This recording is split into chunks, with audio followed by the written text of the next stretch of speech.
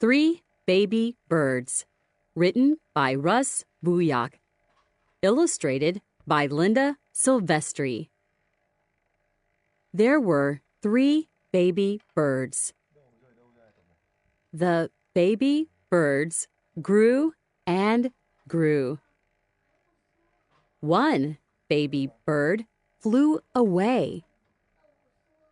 2 baby birds grew and grew. 1 baby bird flew away. The last baby bird grew and grew. The last baby bird flew away. The mama bird could rest.